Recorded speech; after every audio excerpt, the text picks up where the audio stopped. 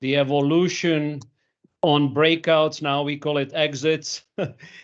Things are, all the same, but we have different names. So on the exit, on the breakout, the evolution, because what we have seen in the last few years in the NHL, the importance of weak side defensemen on the breakout, from defensive zone coverage, from controlled breakout, but also the weak side winger. So your experience in all these levels, what did you experience? How did you teach it? How did you coach it? I know you mentioned it in the book, for example, the Russians stretching horizontal, no, vertically first, and then going horizontal. Your experience on that part of the game.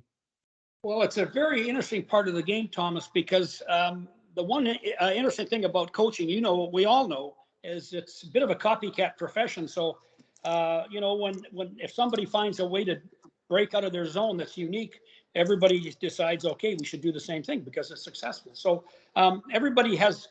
What happens is a lot of teams play the same, I guess is what I'm saying. The NHL team, the styles of play, PK, power play, 5-on-5, it's almost exactly the same from team to team. A little bit of difference, some variations, but it's very similar. So what I learned about the weak side defenseman and weak side forward, first of all, I can remember watching videotape, and it just struck me. I froze the tape. It was like God had come down and said, stop the tape. So I stopped the tape, okay?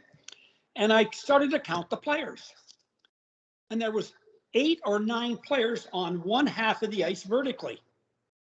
The other half of the ice vertically there was one defenseman on each team in those areas. Everybody else, because teams steer, they stay up and they lock the middle on the forecheck. That's the most common forechecking system we have. Okay, teams to break out, they have the offside winger slash skate. But what they forget is the weak side or offside winger, it's not an automatic slash skate. If the center is present in the middle lane, stay wide.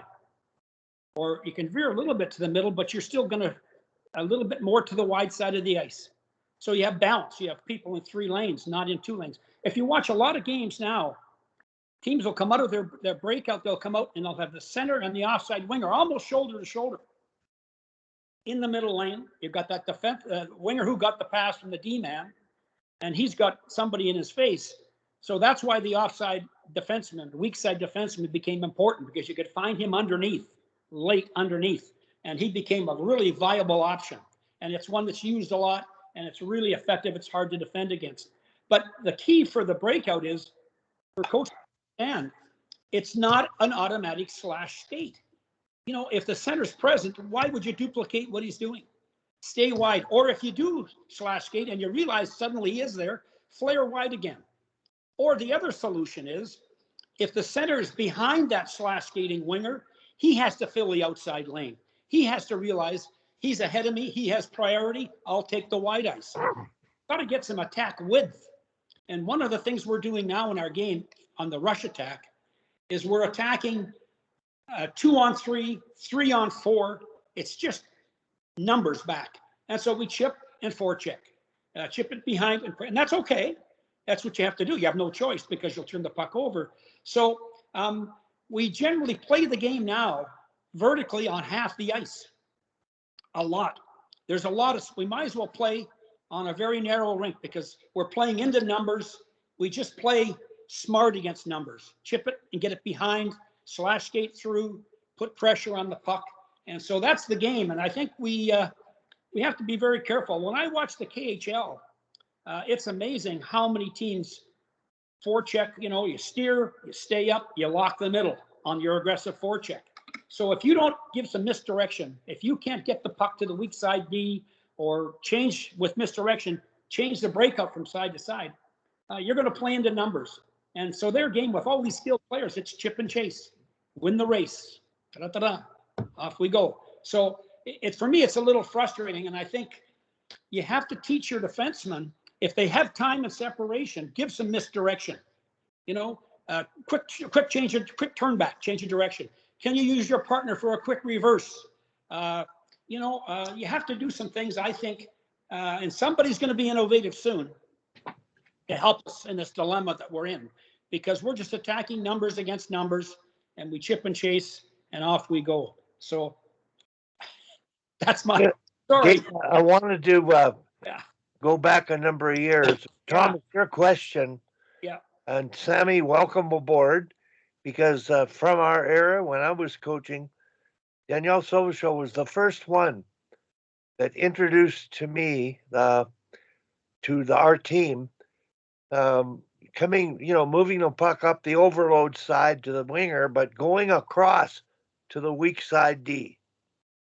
She deliberately practiced that back in that era because we were overloaded, and it worked. That was where the open space was to give you time to advance up the ice.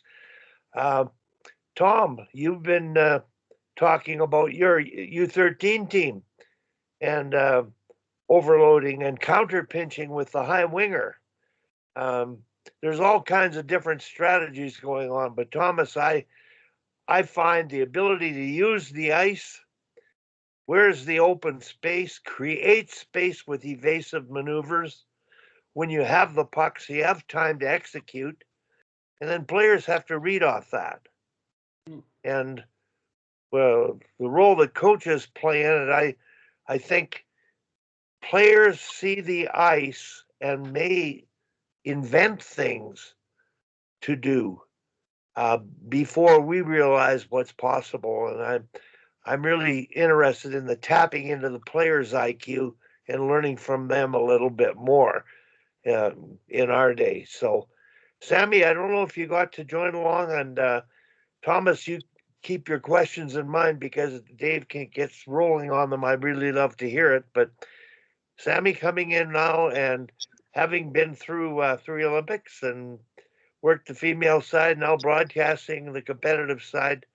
I think there's a lot of parallels in the game now, and we're still trying to get faster and quicker in thinking at the female side. But any observations, Sammy, and any questions for Dave?